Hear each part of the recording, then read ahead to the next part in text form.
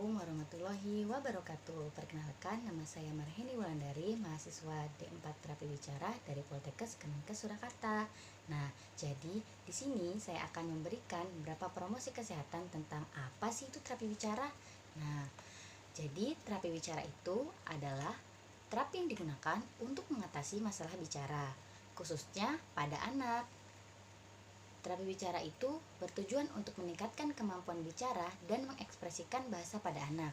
Selain bahasa yang bersifat verbal, terapi bicara ini juga bisa melatih untuk bahasa nonverbal. Terapi bicara sendiri ini mengembangkan dua hal yang mengoptimalkannya. Hal yang pertama adalah mengoptimalkan koordinasi mulut yang dapat menghasilkan suara untuk membentuk kata-kata. Nah, olahan mulut ini merupakan tahapan yang cukup penting. Tujuannya agar pasien bisa membuat kalimat dengan lancar, artikulasi yang jelas, dan volume suara yang cukup. Hal yang kedua adalah mengembangkan pemahaman bahasa dan upaya mengekspresikan bahasanya. Nah, selanjutnya, kenapa kita harus melakukan terapi bicara? Jadi, kebanyakan yang melakukan terapi bicara ini adalah anak-anak.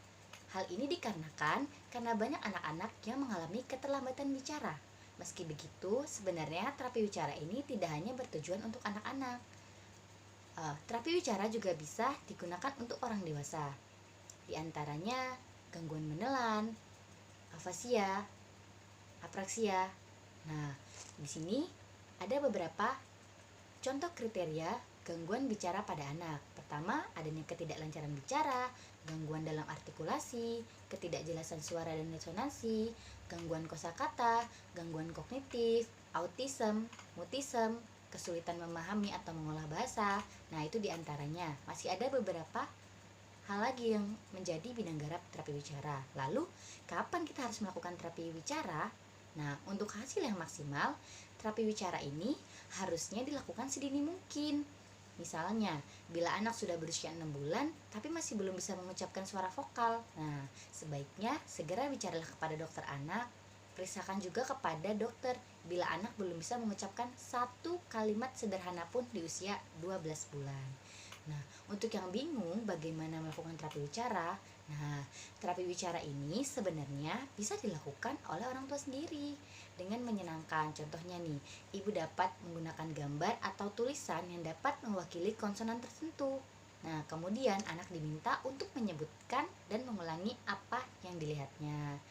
Nah, dengan cara lain juga bisa dilakukan membawa si anak ke terapi bicara di bidang ahlinya. Nah, di mana kita dapat melakukan terapi bicara? Terapi bicara ini bisa dilakukan di rumah sakit atau klinik tertentu yang memiliki tenaga ahli profesional terapi bicara. Namun, sebaiknya periksakan dulu ke dokter untuk mendapatkan penanganan yang lebih tepat. Nah, di sini kita akan membahas gangguan artikulasinya yang lebih dalam terapi bicara ini. Jadi, gangguan artikulasi ini bisa diatasi dengan terapi bicara juga. Ada beberapa jenis gangguan kemampuan bicara yang bisa diatasi dengan terapi bicara, contohnya gangguan artikulasi ini. Jadi, gangguan artikulasi ini diartikan sebagai kemampuan atau kesulitan anak dalam menghasilkan suara atau kalimat yang jelas.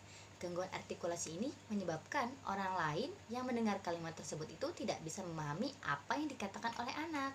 Nah, dan bagaimana sih kondisi yang bisa diatasi dengan terapi bicara ini? Contohnya itu adalah gangguan artikulasi. Nah, kita sudah memahami ya apa saja yang bisa menjadi bidang garap terapi bicara. Tidak hanya terapi bicara yang mengatasi orang yang gagap, bisu, itu tidak. Sebenarnya bidang terapi bicara itu sangat banyak, cuma hanya saja banyak orang yang belum tahu. Oke, terima kasih, sekian dari saya. Apabila banyak salah, saya minta maaf. Saya akhiri. Assalamualaikum warahmatullahi wabarakatuh.